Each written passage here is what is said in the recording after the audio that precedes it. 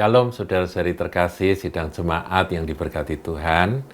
Kita akan melanjutkan mengenai janji-janji kesembuhan di dalam Alkitab. Kita sudah belajar tentang bahwa Tuhan adalah Yahweh Rafa, Tuhan yang menyembuhkan. Kita juga sudah belajar bahwa dalang di balik sakit penyakit dan kelemahan itu adalah iblis. Nah, kali ini kita akan melihat seperti apa Tuhan Yesus ketika Dia yang adalah Allah yang datang sebagai manusia, itu Dia menghadapi sakit penyakit, sikapnya seperti apa? Dan apa yang dilakukan oleh Tuhan Yesus ketika Dia harus menghadapi akan orang-orang yang menderita sakit penyakit itu. Nah, kita akan lihat, saudaraku, ini menjadi dasar iman kita. Bukankah iman kita itu timbul dari pendengaran akan firman? Iman itu harus berdasarkan firman, saudara. Iman itu tidak berdasarkan apa yang kita pikirkan, apa yang kita bayangkan, berdasarkan khayalan kita. Enggak. Kita menemukan firman, kita percaya firman, maka iman itu berdiri di sana. Dan iman itu dikatakan oleh Tuhan, percaya itu bisa memindahkan gunung, saudara. Nah, kita akan menyelidiki firman. Nah, mengenai kesembuhan, kita lihat Tuhan Yesus itu mampu menyembuhkan apa saja.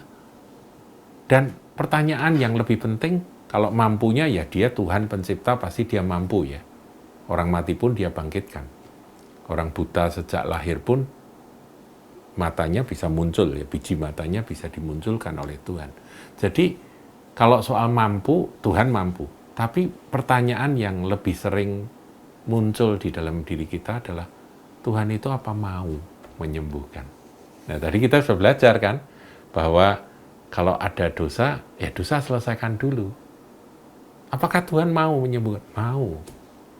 Kita nanti buktikan bahwa Tuhan itu bukan hanya mampu, tapi Dia juga mau menyembuhkan. Nah, kita lihat, saudaraku, berapa banyak orang sakit yang disembuhkan oleh Tuhan ketika mereka itu berduyun-duyun datang, mengerumuni Tuhan dan menjamah Tuhan, begitu ya. Menjamah jubahnya. Nah, jubah itu gambaran dari kuasa Tuhan. Kita lihat di dalam Matius 14 ayat 35 sampai 36. Saya bacakan, saudaraku. Ketika Yesus dikenal oleh orang-orang di tempat itu, mereka memberitahukannya ke seluruh daerah itu. Maka semua orang yang sakit dibawa kepadanya.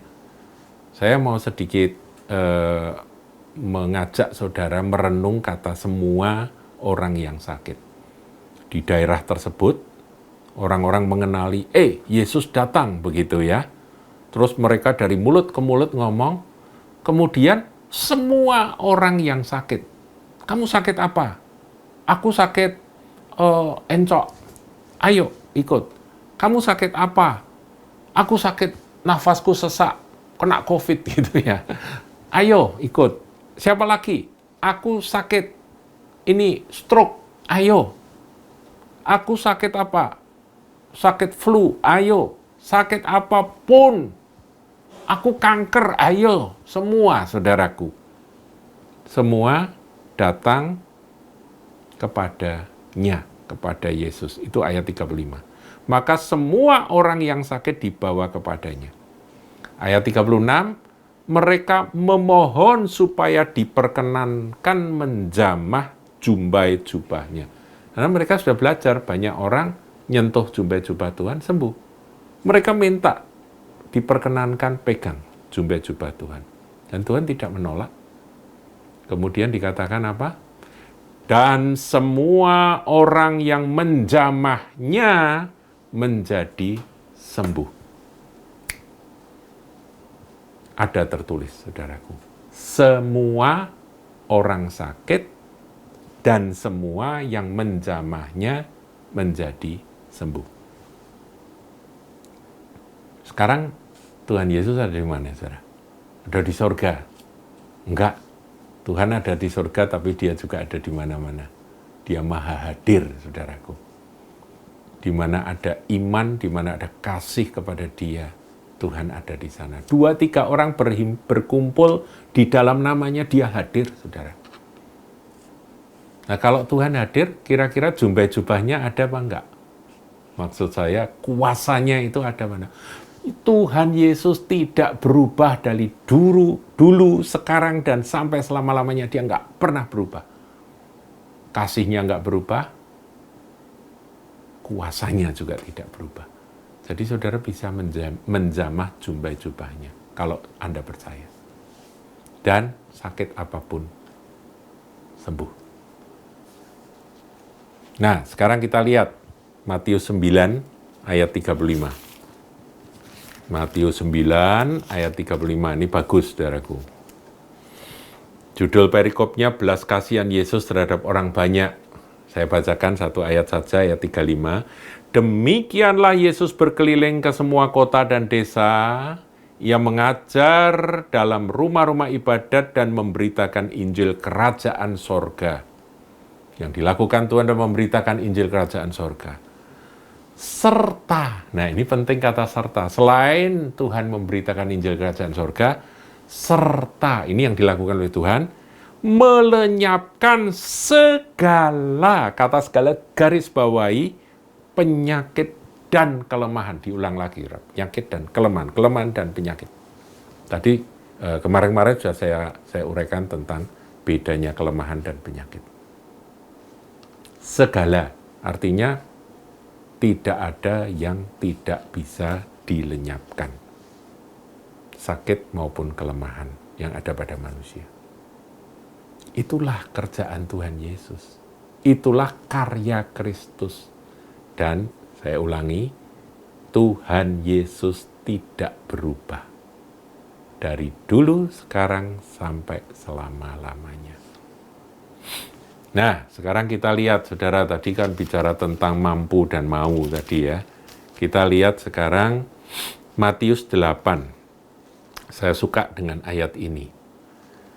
Judulnya, Yesus menyembuhkan seorang kusta. Ayat 2 ya, secara langsung ayat 2. Maka datanglah seorang yang sakit kusta. Sakit kusta itu penyakit yang tidak bisa disembuhkan pada zaman itu. Ini penyakit kutukan, saudara, dianggap orang yang terkutuk.